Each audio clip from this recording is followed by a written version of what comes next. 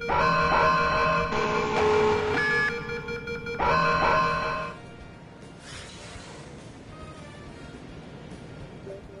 up, Infected? Welcome to the Quarantine. Today I'm going to be taking a look at Gravity Rush 2 for the PlayStation 4.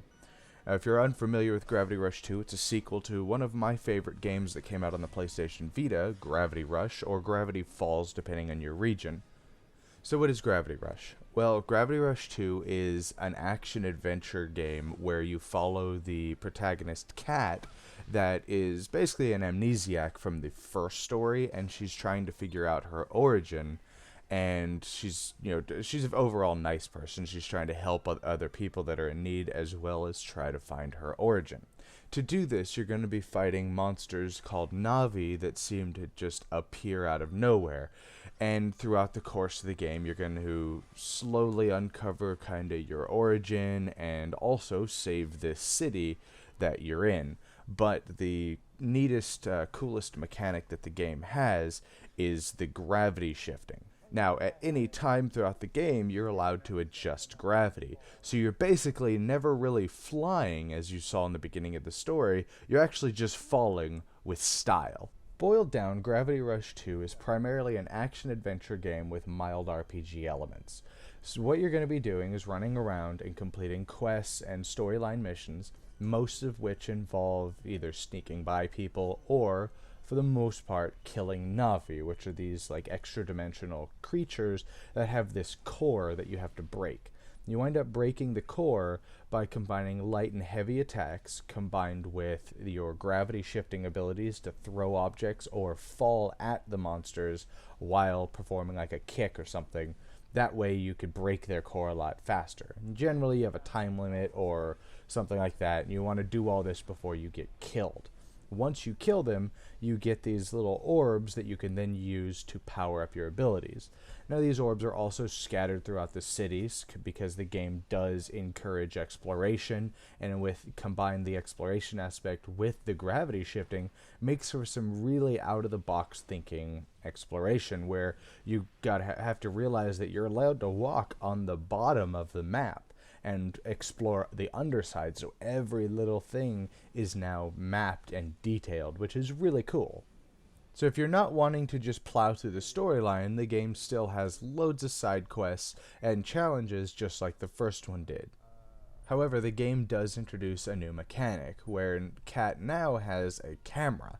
And so she's able to, of course, take pictures of herself and other people and scenery and stuff like that. And you can upload your butt shots up to the PlayStation, network, and other people can like it and stuff like that. However, it also includes a new gameplay system, I guess you can call it, where it's a quasi-multiplayer. So throughout the game, there are these hidden apple statue things. And if you find them, you get a whole bunch of coins that you can use to upgrade your abilities and stats and stuff. However, when you find them, the game allows you to take a picture of the apple and maybe get some background in, or take a selfie with the apple or whatever.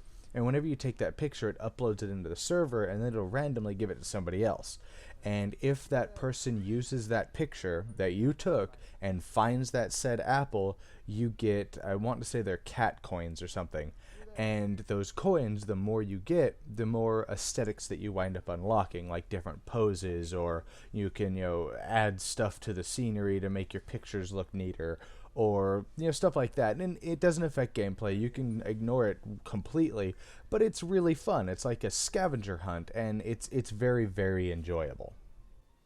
Now, the visuals in Gravity Rush 2 are really well done. They maintain the same look and feel from the original game. However, they add something new here, because now you're in a whole new world. You're not in the same map as the first one. And now you have more of a sense of verticality to it. So the higher into the map you get, the more rich and more beautiful the map gets. But the lower you get, the dirtier and more poor and the worse everything looks. So now you are literally lower in life because you are lower in the map. And it's a really interesting mechanic. So if the bottom of the map, you have people living in shacks and it's real dirty and they're very poor, but you get to the very top and they're very rich and they have these giant mansions and these huge yards, and universities, and it's real bright and pretty. And I really, really like the aesthetics that they used in this game. Now, that's not to say that Gravity Rush 2 has, of course, the best graphics ever, or that they're mind-blowing. No, I mean, they're decent. If you look in the background of the video, they're just decent. But they do a really good job at portraying and expressing this artistic sense that is consistent throughout the world. Everything you see feels like it's where it should be, and I think they do a very good job with the aesthetics of the game. The overall animations of the game are also done very well, down to the NPCs walking around the city, to the boxes that you throw at things, and the Na'vi, the way they move around. Everything's done really well, and then Cat's animation, for one, I really, really enjoy especially, because they really instill the feel that Cat is just a girl. There's nothing, outside of her gravity shifting ability, there's nothing very special about her. She's flailing around as she's running around the city, and because she's just awkward and goofy, and I love how they animate her. And you could just see her hair moving around and all of her loose articles of clothing, and just overall the animations I really like in this game. They're very well done. Which brings me to the gravity shifting that I mentioned, is sometimes really clunky, but it also looks really, really cool. You turn this real red color, and your clothes and hair still abide by standard gravity. So if you're on a wall, your hair and clothing are going to drape towards the ground. So it gives you a good little indicator of where the ground actually is. Which brings me to the controls, which overall are probably the worst part of the game. So while you're on ground, you combine light and heavy attacks in order to fight these Na'vi, and then while you're in the air, you can use those same light and heavy attacks to like lunge yourself towards them, to do these really cool like dart kicks and stuff, and do lots of damage. But you're also having to fight with the camera controls, which are just terrible. Probably 75% of my deaths in this game were due to the god-awful camera controls. With that said, with how the gravity shift mechanism works, it'll be really difficult to really manage that in a really good way, because gravity is constantly shifting in every which way, but it doesn't excuse just how bad they actually are. Now, the game does utilize the touchpad in the middle of the controller, where you can swipe up and down, and you change these forms that Cat winds up getting throughout the course of the game. Now, I'm not going to delve too deep into them because they are kind of spoiler territory, but you do get to change the way you're gravity shifting, your special, and how your attacks and how you throw things.